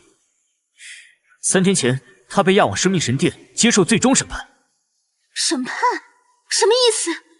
最高刑罚，生命剥离意识，永过于毁罪水晶。他还活着吗？目前还活着，但审判将在17个时辰后开始。按你们的时间计算，大约36小时。36小时？从这里到生命殿要多久？神殿就在逆人山顶端，以你们的脚程，至少需要40小时。你们巡逻的任务是什么？不只是为了抓入侵者吧？这片区域近期有虚空蠕虫母体活动的痕迹，我们在追踪它。而江天行盗取生命之泉的理由，正是声称要用圣水净化蠕虫母体。十只蠕虫的母体也在这里。他从你们的世界逃回来了，带着某个被他寄生的人类意识。我们怀疑他想潜入生命神殿，污染生命之泉。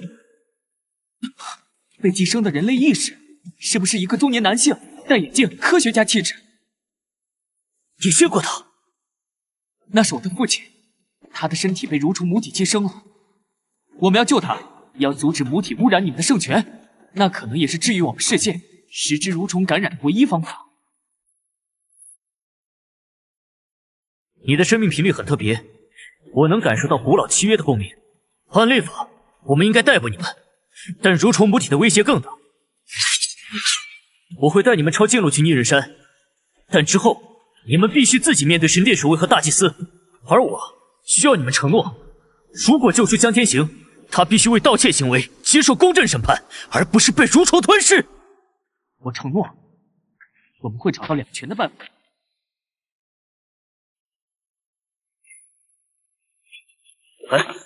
前方是隐藤沼泽，有囚笼区，最近抓捕的异界入侵者都关在那里。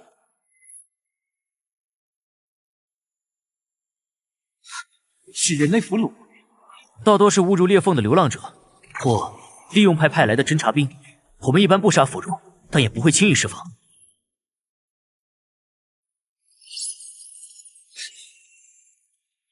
我能和那个俘虏说几句话吗？他可能知道我父亲的情况。尽快，巡逻队半小时后换班。你认识江天行博士？你认识江天行博士？你是？他儿子江游。江博士他还活着。3天前押送队伍经过这里时，我看到了他被关在一个移动囚笼里，状态很差，但很清醒。他有没有留下什么话或者异常？他经过时突然大声咳嗽，然后假装摔倒，往地上扔了个东西。我这时候也不注意捡了起来，上面刻着字，我看不懂。儿子，生命法典第2块碎片在灵族公主艾莉亚手中，她是唯一能安全接近生命之泉的人。找到她，用玉符证明你的血脉。小心大祭司，他已不是本人。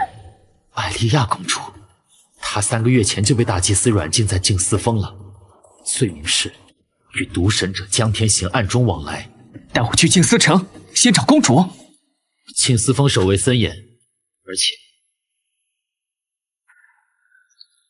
是虚空蠕虫的幼体，他们怎么找到这里的？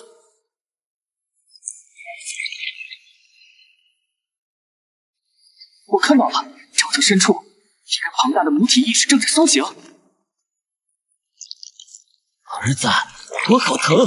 这些触手在吃我的脑子，救我！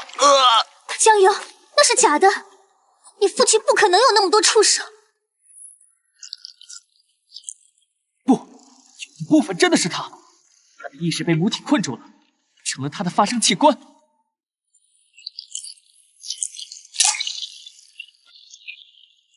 他的弱点在核心，让核心被层层触手保护。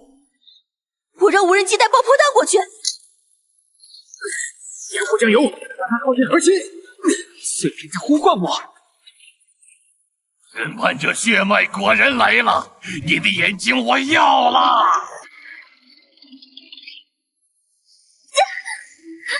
抓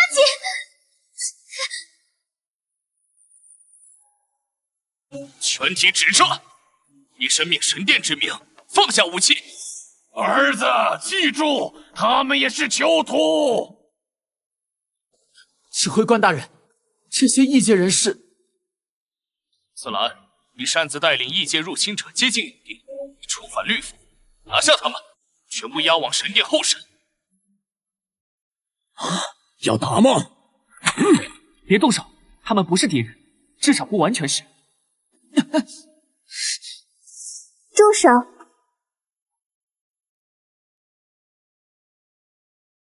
艾莉亚公主，您怎么离开静思峰了？大祭司命令。大祭司的命令是将我软禁，不是将我囚禁。我感知到古老的契约共鸣，以及虚空蠕虫母体的恶臭。审判者的眼睛，时隔3000年，终于再次睁开了。你能直接在我脑子里说话？我的右眼能看到植物的生命流动和情绪，而你的眼睛能看到所有生命的本质。我们同源却不同向。这些异界客人由我接待，你们退回巡逻岗位。虚空蠕虫母体已经逃往腐化之地，需要加强警戒。可是公主，大祭司那边……我会亲自向大祭司说明。现在执行命令。公主，您这是……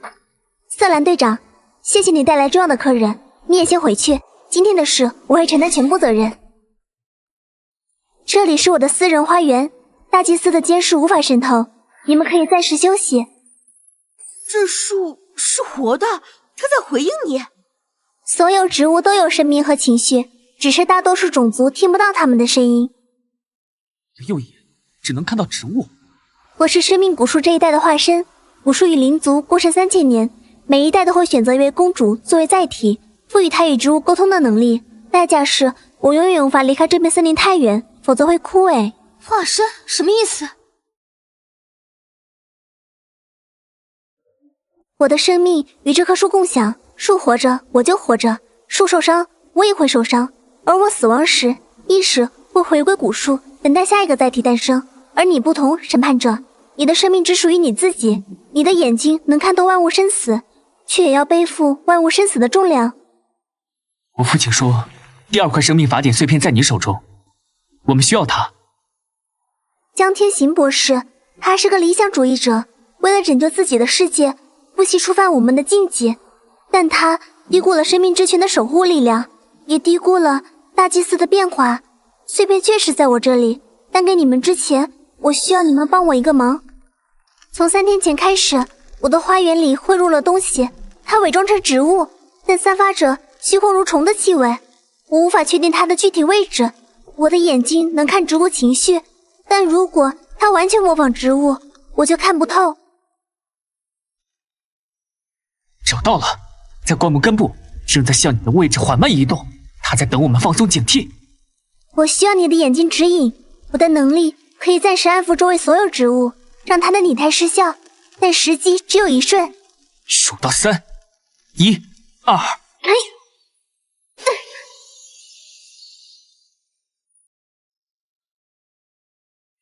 就是现在，临危！7点钟方向，离地30厘米。上！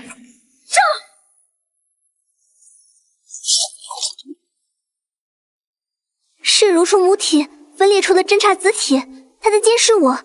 看来大祭司和母体确实有勾结。大祭司不是你们灵族的领袖吗？为什么会和虚空生物勾结？3个月前，大祭司独自进入腐化之地，调查虚空蠕虫暴动。他回来后就变了，变得偏执多疑，而且开始秘密进行一些禁忌实验。我怀疑真正的大祭司可能已经遇害，现在那个是蠕虫母体制造的复制体。所以我们去生命神殿，不仅要救我父亲，还要揭穿假大祭司。但证据不足，我需要你们帮我找到确凿证据，证明现在的大祭司是虚空造物。这是契约，你们帮我找到证据，我给你们碎片，并帮你们进入神殿救江博士。同时，我会告诉你们净化10只蠕虫感染的方法。净化方法是什么？生命之泉的泉水确实能净化虚空污染，但你父亲偷走的那瓶是未成熟的泉水，效果有限。真正的成熟泉水需要古树根系过滤300年才能凝结一滴，而现在古树本身也感染了虚空蠕虫的孢子。如果不尽快净化，整片森林乃至所有依赖古树生命的灵族都会在1年内枯萎。所以你才被软禁，因为你发现了古树被感染，而大祭司想隐瞒这件事。他怕事情暴露，自己的伪装也会被识破，所以把我软禁在静思峰，切断我与古树的深度连接。完整律令：生命不可掠夺，只可交换。审判需先审判己心，心全能解锁。生命共鸣触底。描述：可与生或者血脉建立深度生命链接，共享生命能量时连接后，双方生命值合并计算，能力消耗可均摊。警告：此连接不可轻易缔结，一旦建立，生死同担。可共享生命上限2200天。怎么了？没什么，先解决眼前的问题。姓名：艾利亚，生命无数化身，生命总量永恒。备注：与古树共享永生，但孤独永恒。当前古树感染度27%。竟然是无限的生命值。但那个孤独永恒的备注是什么意思？上一代审判者的女儿，母亲家族的源头，3000年前。你有疑问，关于我，也关于你自己。我父亲留下的信息说，你是审判者的后裔，但你现在是生命古树的化身，这中间发生了什么？3000年前，虚空裂缝第一次侵袭我们的世界，我的父亲，最后一位完整的审判者，牺牲自己封印了裂缝核心，但也因此陨落。临死前，他将尚未觉醒的我托付给生命古树，古树用3000年的时间将我与他的生命循环绑定，赋予我永生，但也剥夺了我作为人的完整人生。我永远无法离开森林，永远只能作为古树的感官而存在。那我的母亲林婉清，她的家族？婉清，多么美丽的名字！她的先祖是我父亲最忠诚的护卫，玉符守护者一族。审判者陨落后，守护者带着我父亲留下的玉符和部分血脉，穿越裂缝逃往你们的世界，试图延续审判者的使命。玉符并非装饰，它是审判者血脉的抑制器和引导器。在你觉醒前，它抑制能力过早暴走；觉醒后，它引导你逐步掌控力量。你母亲一直带着它，直到传给你。所以母亲一直知道。她知道家族的使命，但不知道具体的真相。玉符守护者一族在漫长的传承中丢失了大部分记忆，只留下守护玉符等待觉醒的祖训。天亮了，今天我带你们去生命神殿，至少是神殿的外围区域。你们需要亲眼看看生命之泉的真相。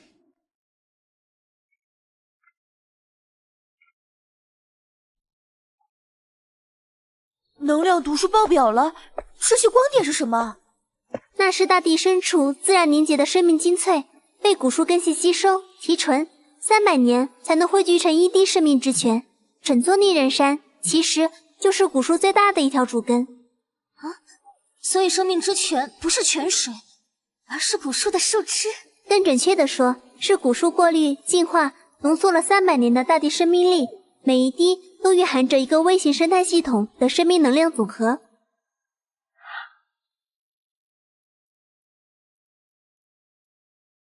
艾莉亚公主，大祭司有令，未经他亲自许可，任何人不得接近圣泉核心区。我只是带客人参观外围的镜像泉，真正的圣泉核心，我自然知道不能靠近。异界人，他们身上的能量波动很特别，他们在防备你。大祭司的命令，不过没关系，迹象权足够让你们了解真相。这就是未经过300年提纯的初级泉水，效力只有真正圣泉的1%，但足够用于研究。香油，用你的眼睛看看它。玉符是用这种泉水结晶制作的。准确地说，是用初代审判者的血液与生命之泉混合，在极端条件下结晶而成。它既是钥匙，也是封印，更是血脉传承的容器。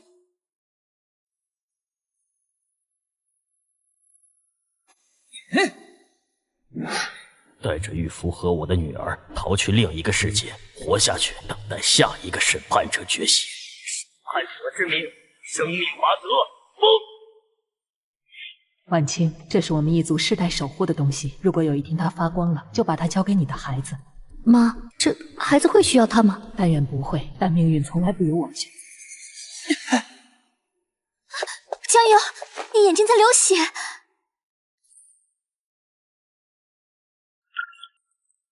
血脉记忆觉醒，玉符的封印正在解除。你母亲一直带着它，是在用自己的生命力温养它，确保它在你需要时能正常运作。所以他身体一直不好，不是因为在背后的艰苦，而是因为玉符守护者与玉符是共生关系，温养玉符会持续消耗生命力，但也能延长玉符的活性。你母亲是自愿的。那个泉水还能净化虚空感染，对吧？具体怎么用？真正的成熟泉水，一滴就能净化半径100米的虚空污染，但需要配合古树的共鸣，也就是我的能力引导。而现在古树本身被感染，泉水产量已经下降了70%。加大祭司知道这个情况吗？他知道，所以才要逼我献祭，用我与古树连接的生命力作为燃料，强行催出一批泉水，就来治疗古树感染。但那样做，我的意识会被彻底烧毁，只留下一具空壳。那他怎么敢？艾莉亚，你果然带异界独神者来了。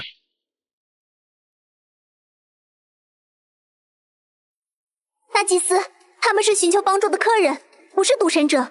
客人？这个少年身上流淌着与3000年前那个盗贼同样的肮脏血脉。他父亲偷窃圣泉，他如今又来偷窥圣泉秘密。审判者一脉果然是窃贼。我父亲偷泉水是为了拯救我们的世界，而你现在这个样子，真的是灵族的大祭司吗？放肆！本座守护神殿300年，岂容你这异界小儿质疑？大祭司，请停止，他们是我的客人。艾莉亚，我的孩子，你被这些异界人蛊惑了。巫术感染日益严重，唯有你献祭自身，才能拯救整个灵族。难道你要为了几个外人抛弃养育你3000年的族人吗？既然您说我父亲是盗贼，我是盗贼后裔，那我愿意接受审判。灵族的律法中，对于有争议的指控，应该允许被告通过试炼自证清白吧？江油，不要！神殿的生死试炼，3000年无人通过，那是必死之局。哦，你知道生死试炼？我只知道，如果我真的有罪，我愿意接受任何审判。但如果是诬陷，审判者血脉也不是任人欺凌的。好，很好。既然你主动要求，那么根据灵族古律，异界人将由被指控毒神、窃密及血脉污染之罪。给你2个选择：一、立刻认罪，交出那双眼睛，可免一死；二、参加3重生死试炼，若全部通过，罪名洗清，且可提出一个合理请求。公主作为见证人，你可有异议？无异议。那么试炼将在明天日出时开始，地点忏悔之谷。小子，期待你在试炼中的表现，毕竟审判者的眼睛在绝望中瞪大的样子一定很美味。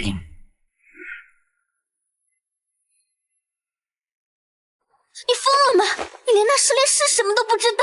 我知道，但这是唯一能光明正大进入神殿核心区，接近真正生命之泉，并找到证据揭穿它的方法。而且我需要一个理由，让艾莉亚公主能名正言顺地告诉我所有关于试炼的情报。毕竟我现在是即将赴死的试炼者，她指导我合情合理，对吧？试炼者将有3重生死试炼，现在开始。每重试炼限时1小时，超时未完成或精神崩溃视为失败，当场处决。加油！游哥，一定要回来啊！记住，幻境里的都是假的，但你的恐惧是真的。战胜恐惧，不要否定它，是接纳它。等我。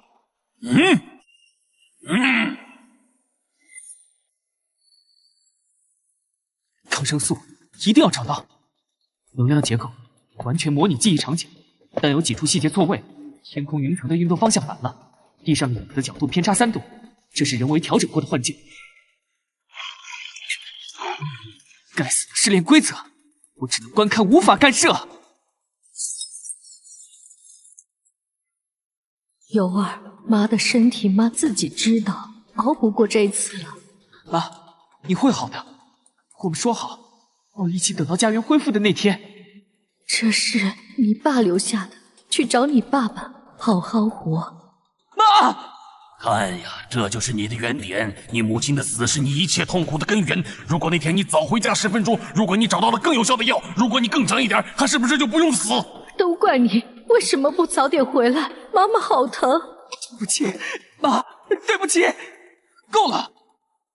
承认吧，是你的无能害死了他。你根本不配拥有这双眼睛，不配当什么审判者。你说的对，那天我确实不够强，我确实没能救回妈妈。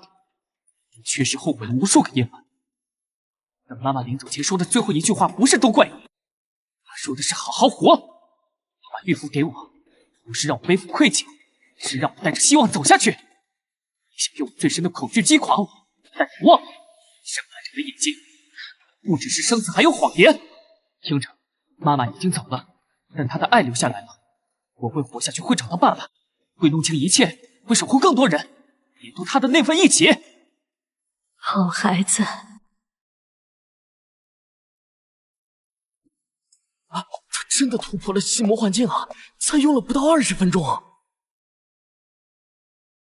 第一试通过，但别高兴太早。第2试生命交换难题才是真正的审判。规则：你只能救一边，救左侧100名人类存活，0族幼童坠落。就右侧0族幼童存活，100名人类坠入岩浆。你有30秒选择时间。顺带一提，这并非完全虚构。左侧的人类是存在于某个囚笼中的俘虏，右侧的0族幼童是艾莉亚公主小时候的形象。选择吧，审判者，是顾全大局还是遵循本心？就任何一边都会让另一边死亡，这是经典的道德电车难题。但父亲说过，审判者的意义是创造第3选项。既然两边都要救，那就让乔暂时别逃。生命转移目标，10桥结构体，持续时间10分钟。确认，你们互相帮助，把铁链往上拉。右边那个孩子趴下别动。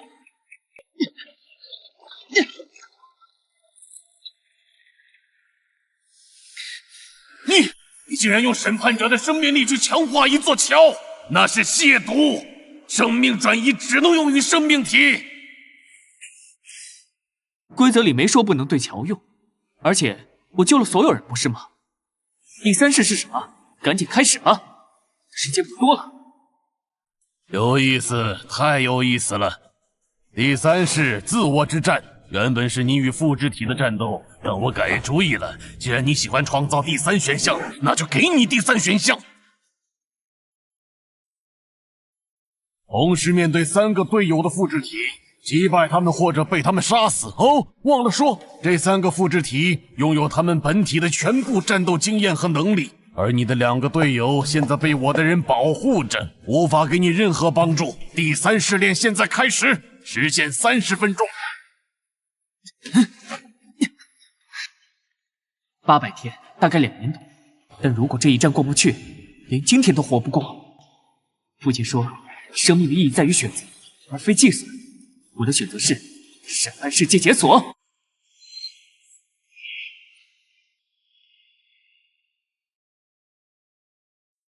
你透支的太厉害了！审判世界是血脉的禁术，每使用1秒，都在燃烧生命本源。你要是敢再这样乱来，我就……我父亲在哪里？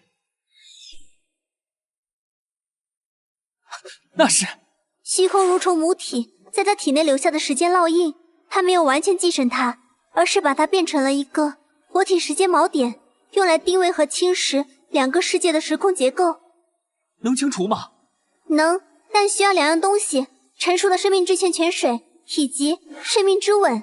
泉水我可以取来，虽然蛊术感染导致产量稀少，但就一个人所需的量还是够的。问题是生命之吻，那需要另一个永生者自愿分割自己的一部分永恒生命，注入他的身体，激活他被冻结的时间流。灵族唯一的永生者就是我，我愿意献祭。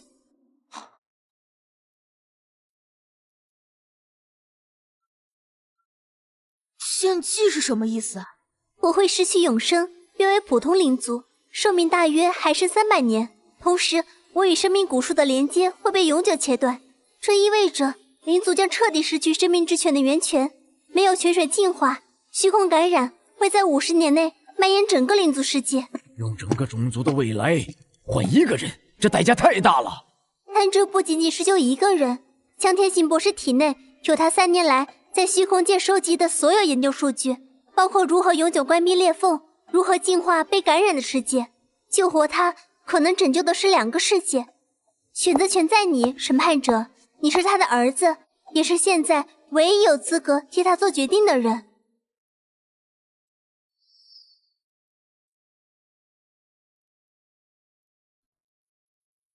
艾莉亚公主，你成为蛊术化身是3000年的事，那之前的你是什么样的人？之前的我只是一个普通的灵族公主，喜欢在森林里奔跑，给花朵唱歌，梦想着有一天能去其他世界看看。那你后悔吗？被选中成为化身，永远困在这里。不后悔，这是我的选择。3000年前，蛊术在虚空入侵中重伤，需要一个载体来维持生命循环。我是自愿的，用我的自由换取族群延续。那现在，你有机会重新选择。救了我父亲，你失去永生，但重获自由；灵族失去泉水，但得到一个可能拯救2个世界的机会。这个代价，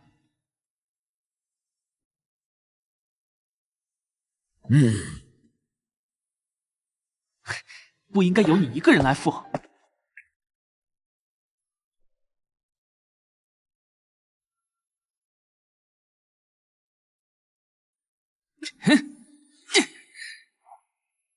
艾莉亚，如果我用自己的生命力暂时喂饱这个烙印，让它停止侵蚀，是不是能争取更多时间？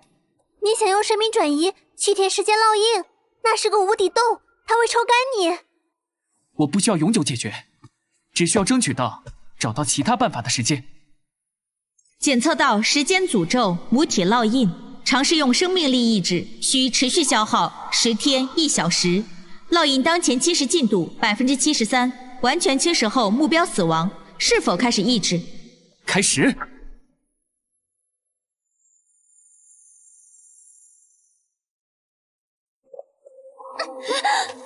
江友，你疯了吗？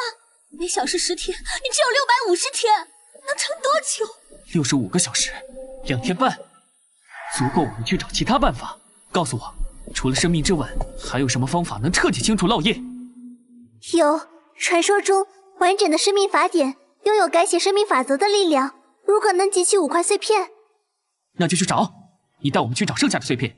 至于灵祖的未来，小姐，你之前分析过生命之泉的能量结构，如果我们用科技手段模拟蛊术的过滤净化过程，有没有可能人造泉水？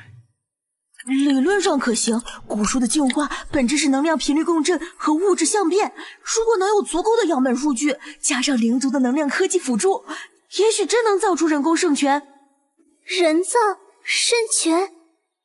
用知识换时间，我们帮你研发人造泉水技术，你们帮我们收集生命法典碎片，并救醒我父亲。这是交易，不是牺牲。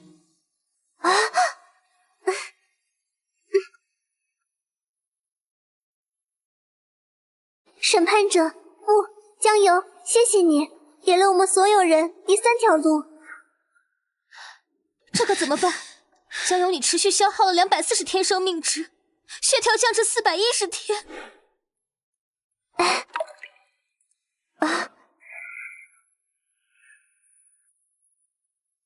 希望这个泉水能唤醒江博士。这里是，我又被转移了。尤儿，爸，我终于找到你了。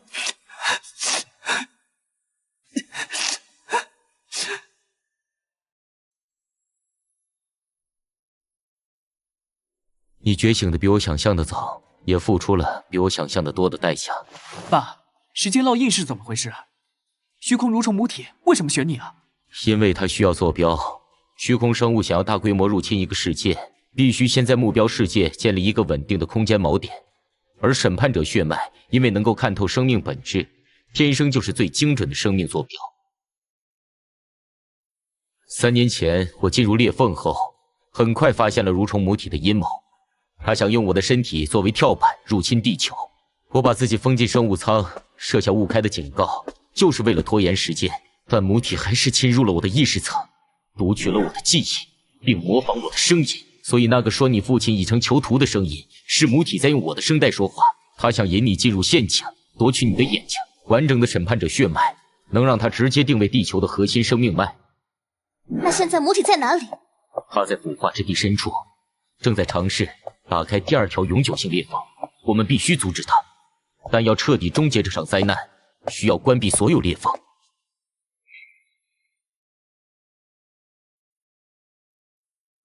我3年来研究发现，所有裂缝都由一个虚空密钥系统控制，密钥分散在5个异能君王手中，集齐密钥才能关闭核心裂缝，其他次级裂缝也会随之瓦解。5个君王，我们连一个熔岩巨兽都差点打不过。所以，我们需要完整的生命法典，5块碎片集齐，审判者血脉才能完全觉醒，拥有与君王级对抗的力量。儿子，我的时间不多了，烙印只是被暂时压制，母体随时可能重新激活它。在我再次失去意识前，你必须知道。闭上眼睛，感受我的记忆频率，父子血脉共鸣，能让你看到我3年来的所有发现。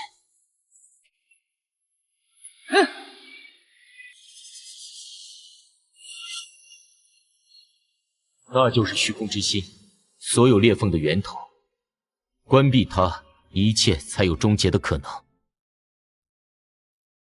这是第2块生命法典碎片，我一直贴身藏着，现在交给你。上面的内容你读过了吗？审判者需先审判己心。看来你已经在试炼中明白了，审判者的力量不是用来裁决他人的，而是用来审视自己的每一个选择。儿子，你已经比我更像个审判者了。公主，我儿子和他的伙伴们会帮你们找到人造泉水的方法，而我需要留在灵族世界。爸，你的身体？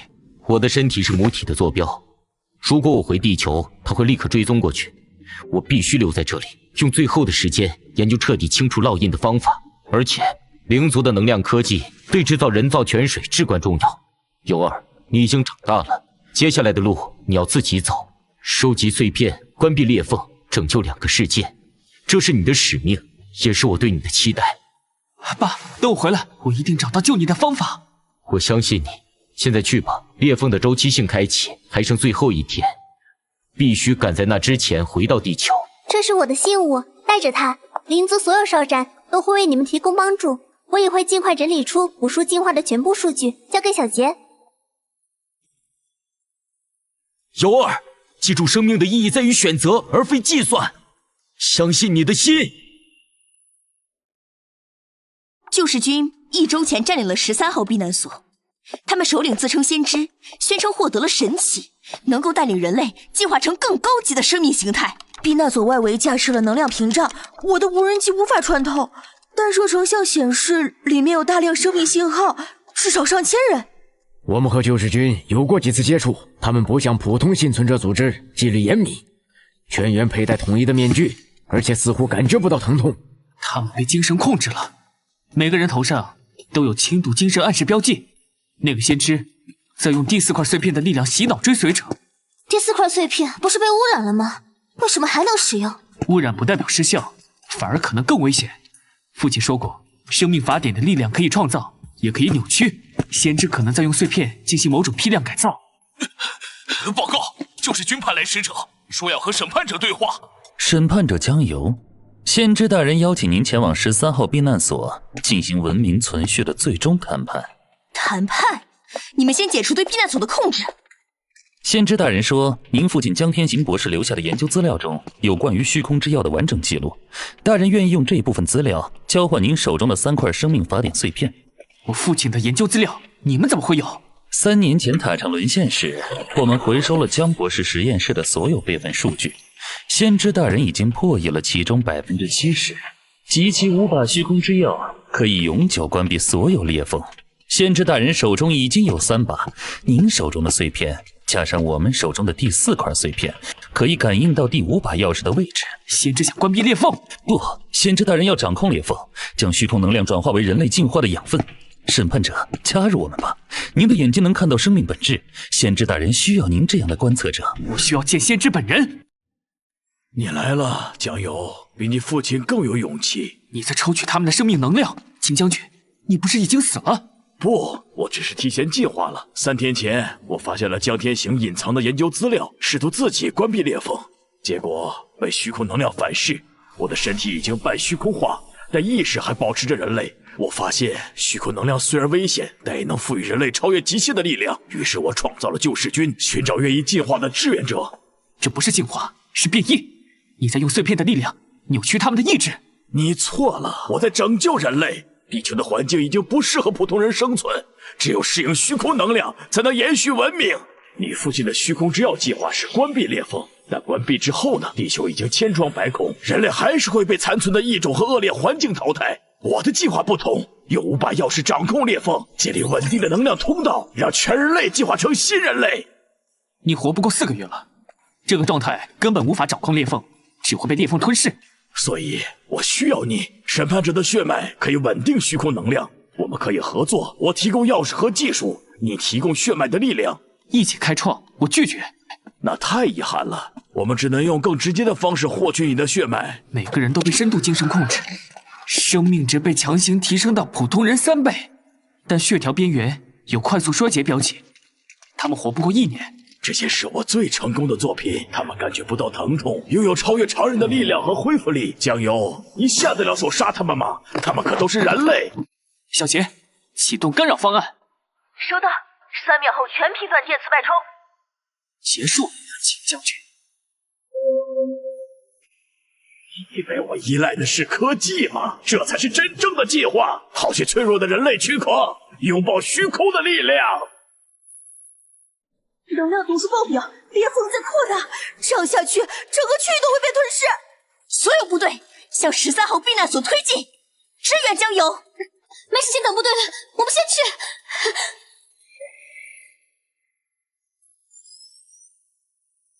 公主感受到这里的虚空波动，她让我们带来一件礼物，临时强化的审判者机甲。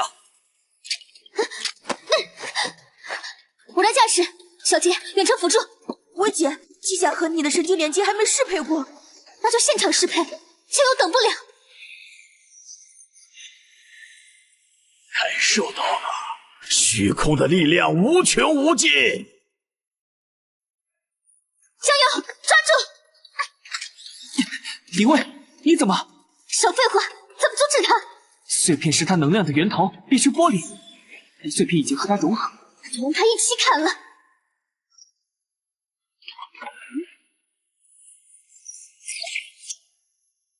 秦将军，还记得秦雪吗？你的女儿还在塔城等你回家。啊，雪儿，我在做什么？